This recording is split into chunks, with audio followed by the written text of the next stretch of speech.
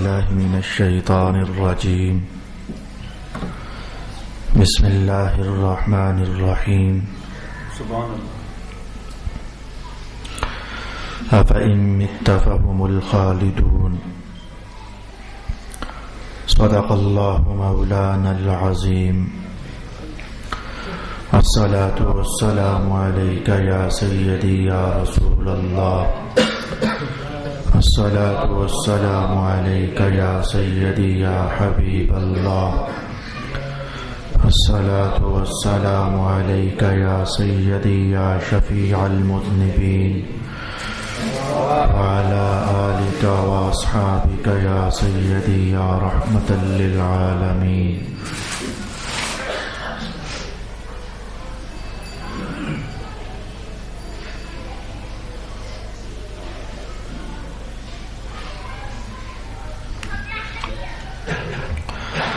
رسول پاک صلی اللہ علیہ وآلہ وسلم کی ذات اقدس کے حوالے سے قرآن حکیم نے ارشاد کیا تھا کہ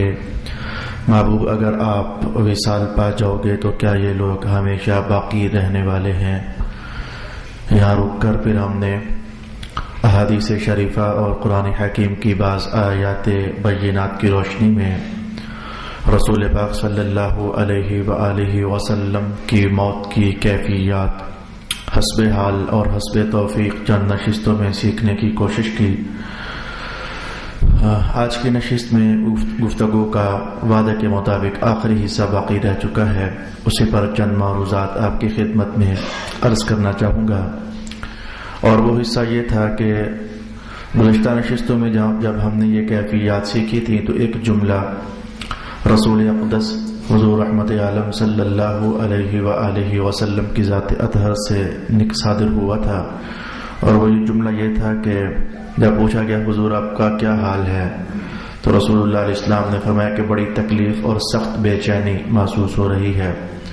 اس پر ائمہ تفسیر نے بحث فرمائی ہے کہ موت کے وقت اور نزع کے وقت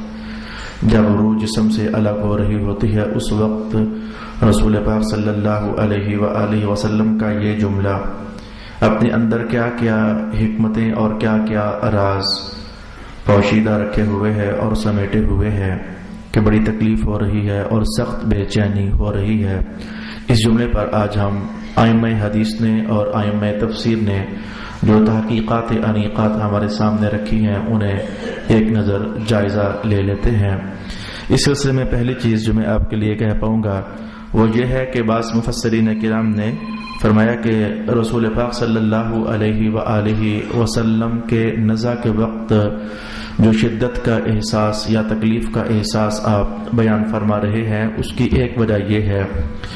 16 کے قریب وجوہات ائمہ تفسیر نے ارشاد فرمائی ہیں، ان میں سے بعض ہماری سمجھ سے ماورا بھی ہیں، انہیں میں نے پھر چھوڑ دیا، یعنی اس محفل کے قد کاٹ کے حوالے سے ان کا سمجھنا ذرا دشوار تھا، کچھ بہت جلد اور آسان سمجھ آنے والے ہیں، کچھ کے پیچھے خود رسول پاک صلی اللہ علیہ وسلم بول رہے ہیں، کچھ وجوہات ایسی ہیں جن کے پیچھے قرآن بول رہا ہے، میں ساتھ ساتھ نرم نرم اشارہ کرتا رہوں گا۔ پہلی وجہ اور پہلی حکمت یہ ارشاد فرمائی گئی کہ رسول پاک صلی اللہ علیہ وآلہ وسلم کا جسم ناز اور آپ کی طبیعت ناز تمام مخلوقات کے جسموں سے اللہ تعالیٰ نے لطیف تر اور نازک تر پیدا فرمایا، یعنی گلاب کی پتیوں کی اور پنکھڑیوں کی نزاکت بھی پیچھے رہ جاتی ہے اور رسول پاک علیہ السلام کے جسم پاک کی لطافت اس سے بھی کئی درجے آگے بنتی ہے۔ تو صاف سی بات ہے کہ جب ایک طبیعت لطیف ہو اور پھر جسم پاک اللہ نے ریشم سے بھی زیادہ نرم پیدا فرمایا ہو تو سخت جسموں پر تکلیف کا آنا ذرا نرم محسوس ہوتا ہے، وہ عادی ہو چکے ہوتے ہیں۔ سمجھنا ہو تو آپ یوں کہیں کہ جیسے میں کوئی ہارڈ ورکنگ کروں، میں تنگاریاں اٹھاؤں، جامعہ کا کام ہو رہا ہے تو میں ان کے ساتھ مسالے مکس کروں، تنگاریاں اٹھاؤں، کہیں چلاؤں، تو رات کو میرے ہاتھوں پر چھالے بن چکے ہوں گے، ظاہر کبھی کام کیا جو نہیں ہے، تو جسم ہارڈ ورکروں کی طرح میرا سخت نہیں ہے، تو وہ 6 دن بھی کام کریں تو ان کے جسموں پر ظاہر ہے کہ وہ چھالے والے نہیں بنتے ہیں۔ یہ ایک ماحولیاتی مثال سمجھنے کے بعد تو رسول پاک علیہ الصلوۃ والسلام کا جسم ناز چونکہ ریشموں سے بھی زیادہ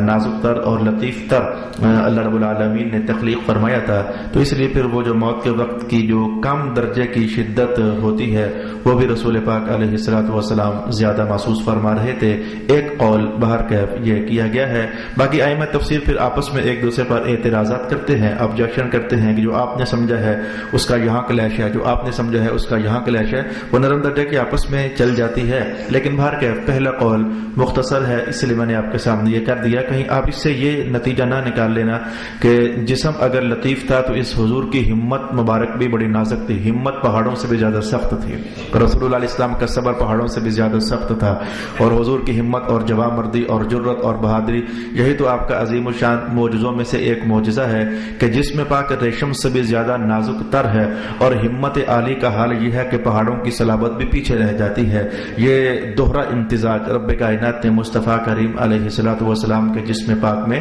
تخلیق فرمایا ہوا تھا. میں نمبر 2 پر وہ بات کہوں گا جو خود رسول پاک علیہ الصلوۃ والسلام نے اپنی حیات اقدس میں کئی بار ارشاد فرمائی. عنوان کیا ہے؟ رسول اللہ کو موت کے وقت انتہائی شدت کا احساس ہوا. آپ فرما رہے تھے بڑی تکلیف ہو رہی ہے اور بڑی بے چینی محسوس ہو رہی ہے. تو اس جملے کے پیچھے راز کیا تھا؟ رسول پاک صلی اللہ علیہ وآلہ وسلم خود ارشاد فرماتے ہیں کہ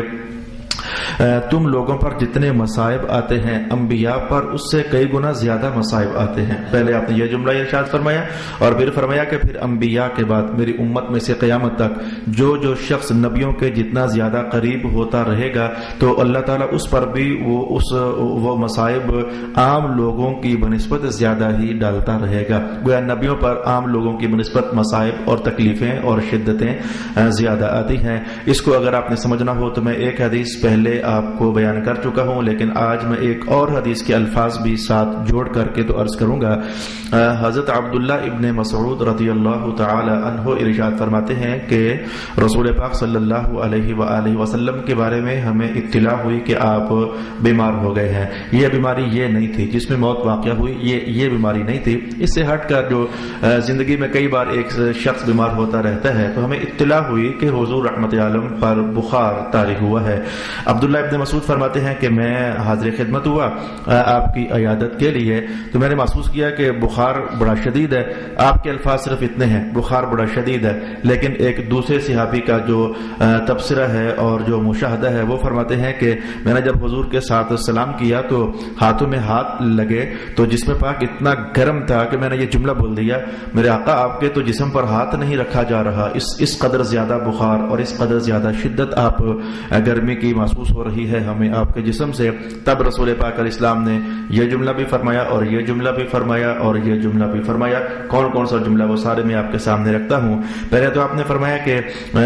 تم میں سے جتنا 2 صحت مند لوگوں کو بخار ہوتا ہے تو مجھے اکیلے کو اتنا ہوتا ہے. تو ہم میں سے ایک صحت مند بندہ 104 105 تک برداشت کر لیتا ہے, اس کے بعد پھر معاملہ کسی اور طرف داخل ہو جاتا ہے. تو سمجھا جا سکتا ہے کہ رسول پاک علیہ الصلوۃ والسلام کو بخار 200 سے بھی زیادہ ہوا کرتا تھا. تو یہ آپ نے یہ محسوس کیا کہ عام لوگوں کی بنسبت رسول پاک علیہ الصلوۃ والسلام کی ذات اقدس پر آپ نے خود ارشاد فرمایا کہ شدت اور مصیبت زیادہ ہوتی ہے. اور یہ ایسا کیوں ہوتا ہے یہ تھوڑی دیر کے بعد میں آپ کو بتاؤں گا کہ ایسا کیوں ہوتا ہے, کہ رسولوں کے ساتھ ایسا معاملہ کیوں ہوتا ہے, یہ تھوڑی دیر کے بعد میں انشاءاللہ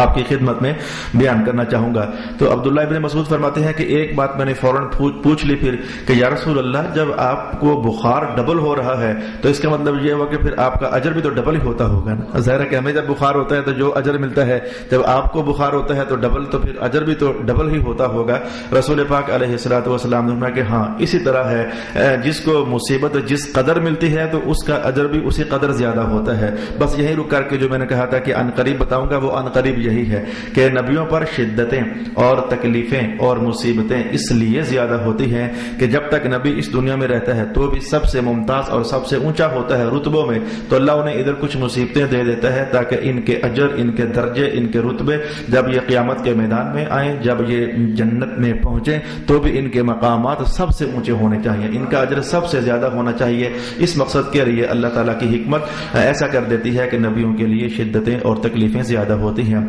پھر رسول اللہ علیہ السلام نے ہم سب کے لیے یہ قانون ارشاد فرما دیا کہ میری امت میں سے جس شخص کو اگر کانٹا بھی چبھے گا، یہ تو بخار ہے نا، تو اگر کانٹا بھی چبھے گا یا اس سے بھی کم درجے کی کوئی تکلیف اسے صدمہ پہنچائے گی، تو اللہ تعالیٰ نے بروز قیامت اس کا بھی اجر رکھا ہوا ہے اگر وہ صبر سے کام لیں گے تو۔ پھر رسول اکرم سے ایک تو یہ کلمات تھے اور یہ جملے تھے۔ اب مصطفیٰ کریم علیہ الصلوۃ والسلام نے گزشتہ نبیوں کی تاریخ میں سے بس ایک دو اشارات ہمیں دیے، صرف ایک دو اشارات، یعنی اس حدیث میں ایک دو اشارات دیے، وگرنہ مختلف موقعوں پر رسول پاک علیہ الصلوۃ والسلام مختلف چیزیں ارشاد فرما چکے تھے کہ ہم نبیوں کی جماعت پر تکلیفیں اور شدتیں اور مصائب زیادہ آتے ہیں۔ یہ قرآن حکیم نے کیا یہ صاف صاف نہ کہا کہ حضرت ایوب علیہ الصلوۃ والسلام ان پر اللہ کی طرف سے بڑی تکلیفیں آئی تھیں، اور اس پر حضور نے جو تبصرے فرمائے ہیں وہ یہاں تک بھی کلمات آپ حدیث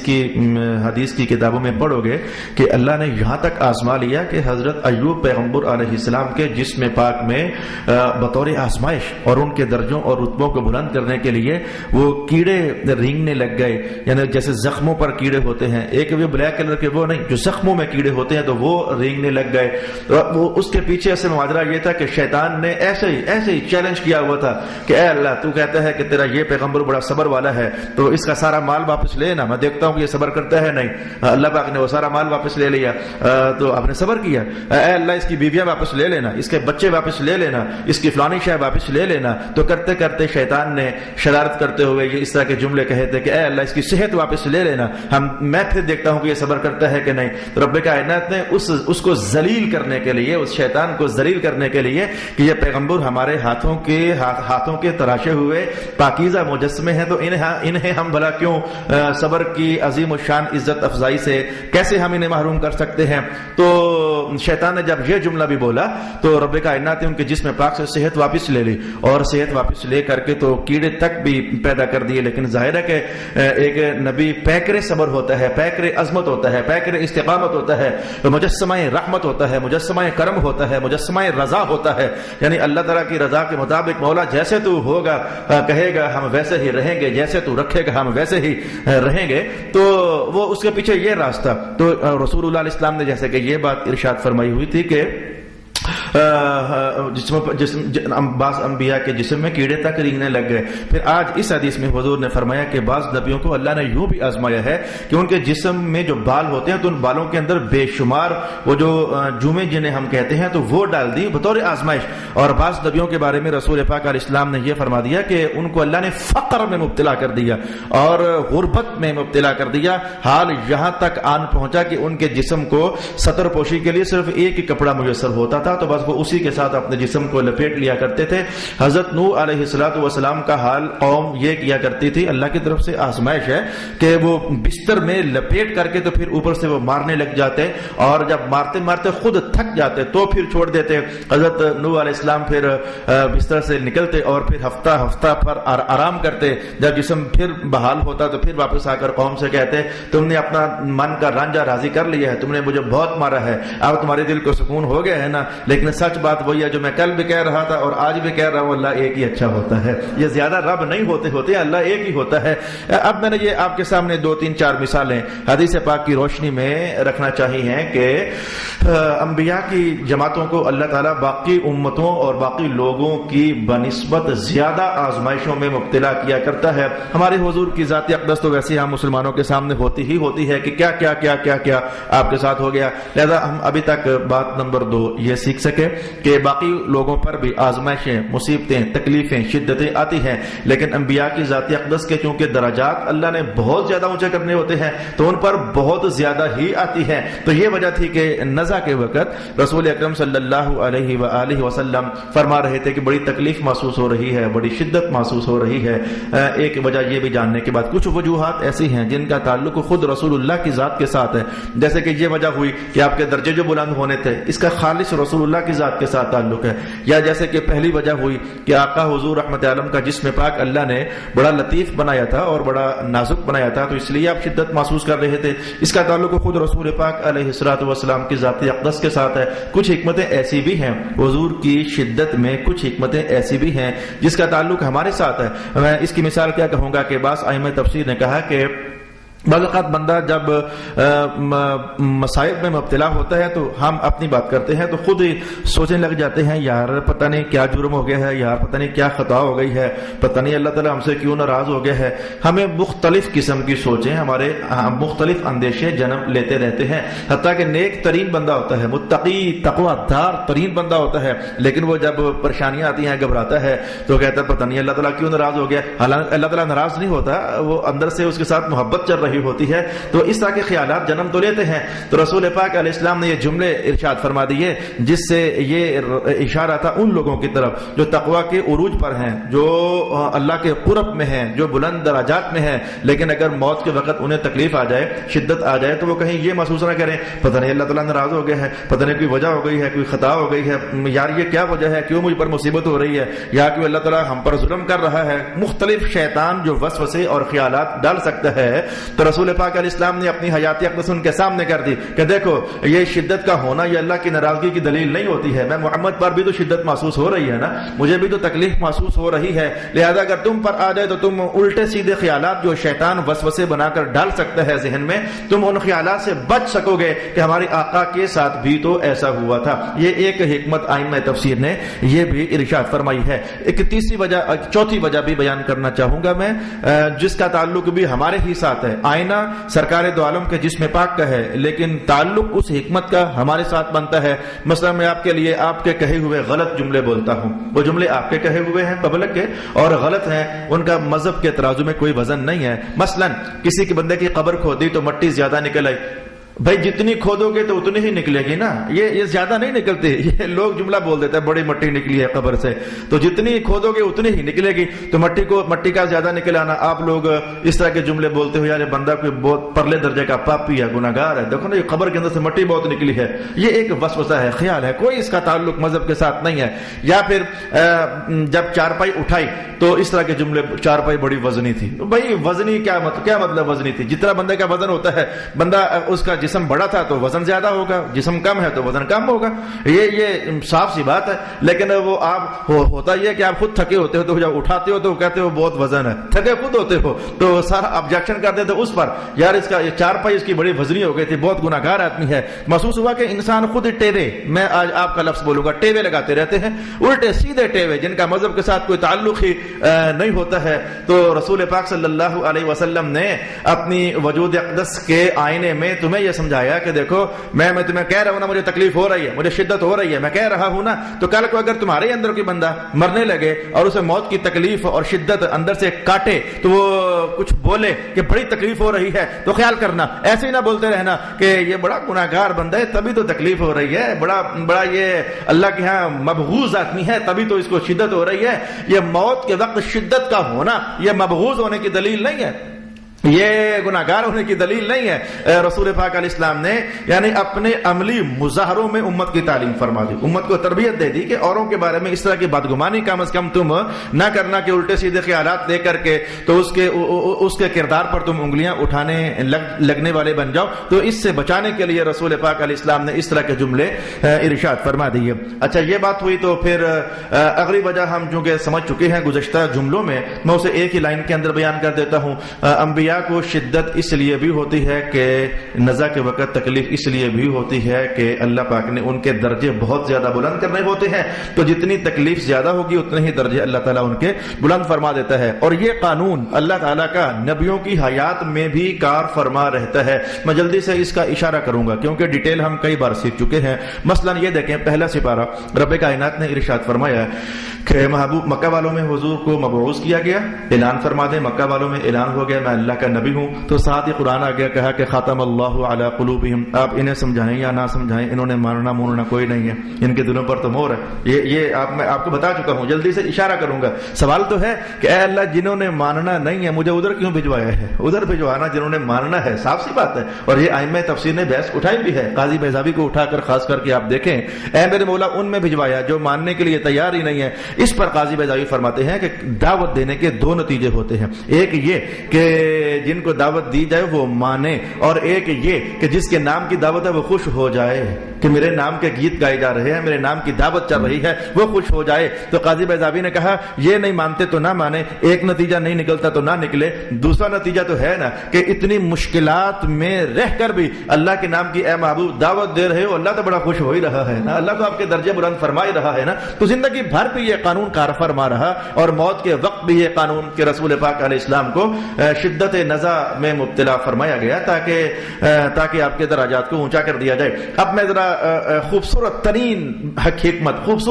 حکمت آپ کے سامنے لانا چاہوں گا. حضرت بلال رضی اللہ تعالی عنہ کا آخری وقت آیا تو گھر والے محسوس کر رہے تھے کہ جسم میں بڑی بے چینی ہے. گھر والوں نے سوچا کہ بڑی تکلیف ہو رہی ہے. انہوں نے کچھ عربی زبان کے جملے بولے جس کا ترجمہ یہ بنتا ہے کہ ہائے بلال تو کتنی مشکلات سے گزر رہا ہے, ہائے بلال تو کتنی درد اور مشقت جھیل رہا ہے. جب انہوں نے جملے بولے تو حضرت بلال رضی اللہ عنہ کے جسم میں وہ کچھ اضطراب تھا, تو صحیح, اس میں کوئی شک نہیں ہے, کچھ اضطراب تھا, کوئی بے قراری تھی, صحیح. تو گھر والوں نے محسوس کیا کہ بڑا درد ہو رہا ہے, بڑی تکلیف ہو رہی ہے, بڑی شدت ہے, اس لیے شاید ایسا ہے. تو انہوں نے کچھ اسی طرح کے جملے بولے, ہائے بلال یہ تیرا کیا حال ہے. گھر والے جو اہل خانہ پاس ہوتے ہیں تو ان کے جواب میں حضرت بلال نے آنکھیں کھولی اور آنکھیں کھول کر کہا کہ یہ بے قراری اس لیے ہے کہ میرا آخری وقت آن پہنچا ہے اور کل کا دن میں اپنے محمد مصطفیٰ سے ملاقات کرنے والا ہوں. یہ وہ بے قراری ہے. یہ اتنا زمانہ ہو گیا حضور کا دیدار نہیں ہوا, اتنا زمانہ گزر گیا مصطفیٰ کریم علیہ الصلوۃ والسلام سے ملاقات نہ ہو سکی. یہ جو بے قراری ہے تو یہ سمجھو کہ مجھے محبوب سے ملنے کی بے قراری ہے جو میرے اندر آپ محسوس کر رہے ہو. میں کہوں گا کہ ائمہ تفسیر نے اس حدیث کو باقاعدہ کوٹ کیا اور کوٹ کرنے کے بعد کہا کہ اگر حضرت بلال کا حال یہ ہے کیونکہ اپنے محبوب سے ملنے جا رہے ہیں, مصطفیٰ کریم علیہ السلام سے ملنے جا رہے ہیں, تو رسول اللہ علیہ السلام نے مومن کے بارے میں کیا ارشاد فرمایا ہے, الموت تحفۃ المؤمن, موت تو مومن بندے کے لیے تحفہ ہے کیونکہ یہ اس کا وصال اور اس کا تعلق اپنے محبوب خدا سے قائم فرما دینے والی ایک شے ہے. تو لہذا بندہ ادھر دنیا والوں سے کٹتا ہے تو اپنے خدا سے واصل ہو جاتا ہے. اسی لیے تو ہم کہتے ہیں کہ اس کا وصال ہو گیا. یا وصال کا معنی ہوتا ہے ملنا, وصل سے ہے نا, وصل سے موصول ہوا, خط موصول ہوا, یا وصال وصل, تو بندہ اللہ سے جیسے مل جاتا ہے. تو ائمہ تفسیر نے کہا کہ لوگوں مغالطہ نہ کھانا, یعنی جس کو اللہ نے جو سمجھ نصیب فرمائی, کہا لوگوں مغالطہ نہ کھانا کہ مصطفیٰ کریم علیہ الصلوۃ والسلام کے اس جملے کا معنی کہ مجھے شدت ہو رہی ہے, تکلیف ہو رہی ہے, تو یہ مغالطہ نہ کھانا کہ یہ تکلیف اور شدت کوئی درد ٹائپ کی کیفیت ہوتی ہے, بلکہ یہ شدت, یہ تکلیف وہ تھی جو ایک محبوب دوسرے محبوب سے ملنے کے جو انتظار میں جھیلتا ہے اور وہ جو صدمہ محسوس کرتا ہے کہ کب وہ وقت آئے گا میرا مطلوب میری نگاہوں کے سامنے ہو جائے گا. یہ شدت وہ تھی جو رسول اللہ علیہ السلام ارشاد فرما رہے تھے. اور میں کہوں گا کہ کمال ہے, ہر ایک کے لیے اجر ہے. جس نے جو بولا وہ اخلاص سے بولا, جس نے جو بولا محبت سے بولا, جس نے جو سمجھا. میں کہوں گا کہ ہماری چھوٹی دنیا, ہمارے چھوٹی دنیا, چھوٹے لوگ, وہ کئی بچوں کو میں نے کہا کہ میں تمہیں ایک شے ان قریب گفٹ کرنا چاہتا ہوں, تو گزشتہ کل جمعرات کا وعدہ تھا, جس بندے نے وہ ہمیں دینی تھی تو وہ نہ بن سکی ان سے, تو وہ ہر چوتھے دن بابا وہ شے بنی ہے کہ نہیں بنی, بنی ہے کہ نہیں بنی. میں کہتا نہیں بنی, ان کا منہ اتر جاتا.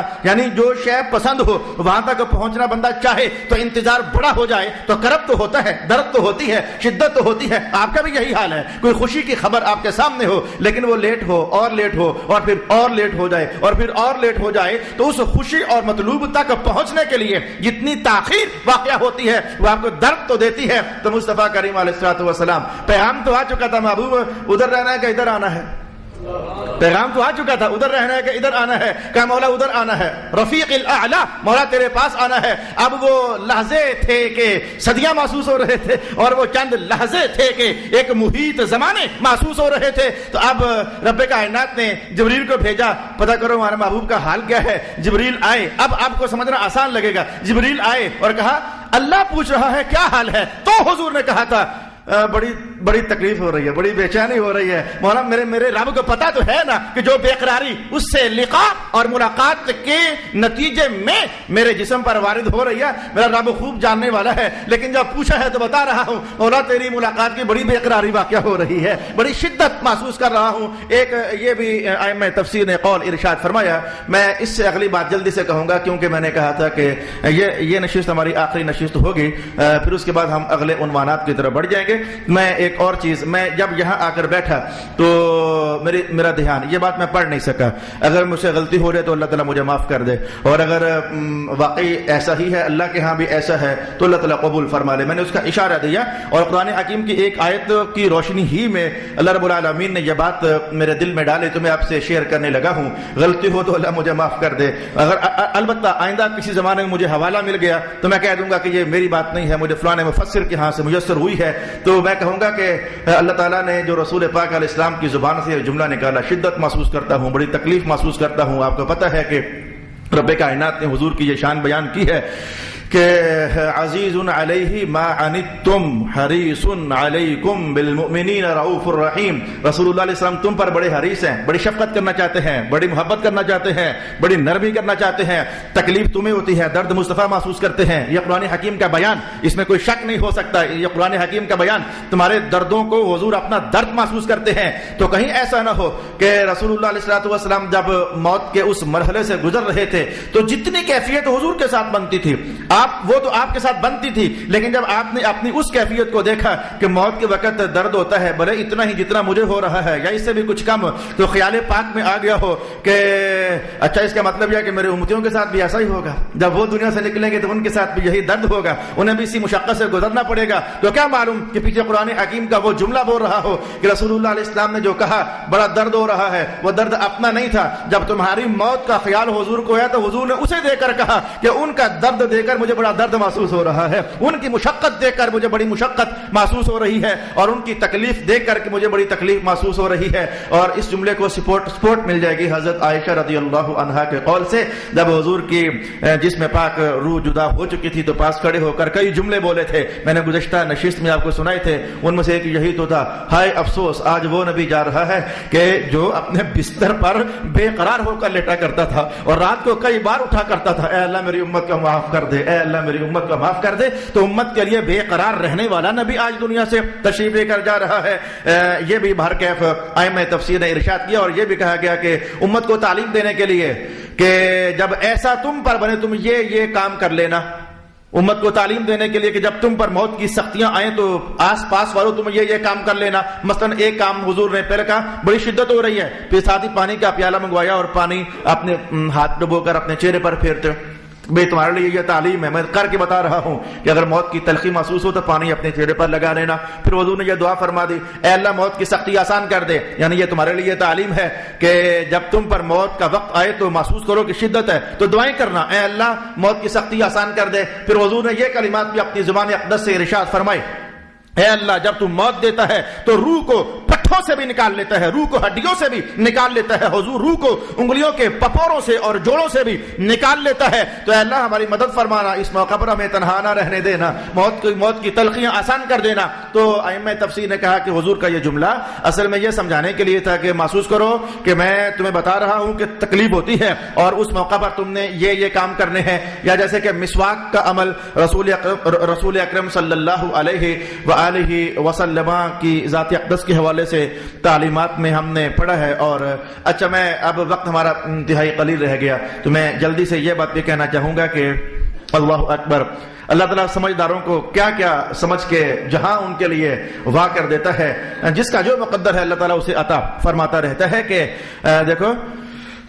میرے جسم پر چھری سے کاٹ لگ جائے اور آپ کے ساتھ بھی ایسا ہی ہو جاتا ہے، آپ کو پتا ہے کہ اس موقع پر کیا ہوتا ہے، ہماری پوری توجہ ادھر جم جاتی ہے، ہائی ہائی کرنے لگ جاتے ہیں اور یہ کپڑا پکڑو، یہ پکڑو، پٹی پکڑو، باندھو، مجھے بڑی تکلیف ہو رہی ہے۔ تو اس موقع پر کوئی بندہ ملنے آ جائے تو کہتا ہے اس کو ٹھہرو یار، مجھے یہ ذرا پٹی لگ جائے، میں ذرا ملاقات کرتا ہوں، ٹھہرو یار ذرا، یعنی اوروں سے توجہ کٹ گئی، اپنے آپ پر توجہ جم گئی ہے کہ نہیں ایسا؟ جب بندہ مصیبت میں ہوتا ہے تک آگ لگ گئی، آگ کے کپڑوں پر آگ لگ گئی، تو ایسے میں آپ کا والد بھی سامنے ہو، والدہ سامنے ہو، آپ کے پیر صاحب بھی سامنے ہو، کوئی بھی سامنے ہو، تو آپ کہیں گے حضرت ذرا ایک منٹ ذرا وہ پانی لاؤ، مجھے آگ بجھاؤ میری۔ تو مشقتوں میں، تکلیفوں میں، مصیبتوں میں انسانی فطرت یہ ہے کہ وہ سب کچھ بھول جاتی ہے اور اسے اپنا آپ ہی سامنے ہو جاتا ہے۔ اب رسول اللہ کے آخری کلمات سنو اور پھر میں وہ نتیجہ آپ کے سامنے لاؤں گا۔ حضرت عائشہ فرماتی ہیں کہ میں کان لگا کر سن رہی تھی کہ حضور نے یہ جملہ بولا، الصلاۃ وما ملکت ایمانکم، نماز کا بھی خیال رکھنا اور اپنے جو تمہارے مملوک ہیں غلاموں کا بھی خیال رکھنا، اور تیسرا معنی یہ بیان کیا گیا کہ اپنی بیویوں کا خیال رکھنا، اپنی بیویوں کا خیال رکھنا، نماز کا خیال رکھنا، بیویوں کا خیال رکھنا، مخلوق کا خیال رکھنا، اس کا تعلق پبلک کے ساتھ ہے، امت کے ساتھ ہے۔ نماز کا خیال رکھنا اس کا تعلق اللہ کی ذات کے ساتھ ہے۔ دو جملے حضور نے بولے، نماز کا خیال رکھنا، تلخی موت کی چل رہی ہے، شدت بڑی ہو رہی ہے، جملہ منہ سے نکل رہا ہے لیکن پھر بھی کہہ رہے ہیں نماز کا خیال رکھنا۔ اچھا، اپنے ماتحتوں کا خیال رکھنا۔ ائمہ تفسیر نے کہا کہ رسول پاک علیہ الصلوۃ والسلام سمجھا رہے تھے کہ دیکھو، جب کوئی تم میں سے مصیبت میں ہوتا ہے اسے سب کچھ بھول جاتا ہے، صرف اپنا آپ یاد رہتا ہے، لیکن میں تمہارا ایسا آقا ہوں کہ مجھے موت کی شدت ہو رہی ہے، ایسے میں نہ اپنے خدا کو بھول رہا ہوں نہ تمہیں بھول رہا ہوں، نا دیکھو تمہیں میں نے پھر بھی یاد رکھا ہوا ہے، تمہارے لیے نرمی کا درس پھر بھی دے رہا ہوں، تمہارے لیے شفقت کا پیغام میں پھر بھی چھوڑ رہا ہوں۔ یہ بھی کلام کیا گیا کہ رسول اکرم صلی اللہ علیہ وسلم نے یہ درس بھی چھوڑا ہے اپنے ان پاکیزہ کلمات کے اندر۔ اور آخری بات میں پھر یہ کہہ دیتا ہوں کہ ہمیں ہمارے حال کے مطابق حضور نے حکم ارشاد کیا، رسول اللہ علیہ السلام نے اپنے حال کے مطابق، آپ کو یاد ہے وہ کیفیات، حضرت عائشہ فرماتی ہیں کہ حضور نے آخری جملہ یہ بولا، اللہم بالرفیق الاعلی، اے اللہ تیرے ساتھ، رفیق اعلی کے ساتھ، اور ساتھ ہی ہاتھ ڈھلک گیا۔ یہ آپ کا آخری کلام تھا، اس شدت کے اندر بھی یہ آپ کا آخری کلام تھا۔ ہمیں حضور نے یہ فرمایا تھا کہ من کان آخر کلامہ لا الہ الا اللہ فدخل الجنہ، جس کا تم میں سے آخری کلام لا الہ الا اللہ محمد الرسول اللہ ہوگا اس کا مقام جنت ہوگا، کیونکہ حضور تو جنت کے مالک ہیں، حضور کے بیٹے جنتوں کے مالک ہیں، حضور کے نواسے جنتوں کے مالک ہیں، وہاں جنت میں جانا یا نہ جانا یہ تو ایشو ہی نہیں ہے۔ اچھا، حضور نے اپنے حال کے مطابق یہ آخری کلام کیا، اللہم بالرفیق الاعلی، بولا جنت بھی نچلے درجے کی چیز ہے، مجھے بس اپنا ہی قرب عطا فرما دے، بولا مجھے اپنا ہی قرب عطا فرما دے۔ تو شدت کے حال میں پھر رسول پاک علیہ الصلوۃ والسلام کا یہ کلام کرنا، یہ اپنے خدا کے ساتھ وہ کمال درجے کی وابستگی، کمال درجے کا ربط، کمال درجے کا تعلق اور کمال درجے کا عشق جیسے ظاہر کر رہا تھا۔ یہ وہ گوناگوں باتیں تھیں جن میں سے چند میں نے اس نشست میں کہنا چاہیے کہ رسول اللہ علیہ السلام کیوں فرما رہے تھے کہ اے جبریل، بڑی شدت محسوس ہو رہی ہے، بڑی تکلیف محسوس ہو رہی ہے، بڑی بے چینی محسوس ہو رہی ہے۔ دعا کرتے ہیں کہ اللہ رب العالمین مصطفیٰ کریم صلی اللہ علیہ وآلہ وسلم کے آخری لمحات کی کیفیات کے صدقے ہماری موتیں آسان فرما دے، اور ہمارے ساتھ رحمت کا اور کرم نوازیوں کا سلوک فرما دے، اور جو دنیا سے جا چکے ہیں اللہ پاک ان کے ساتھ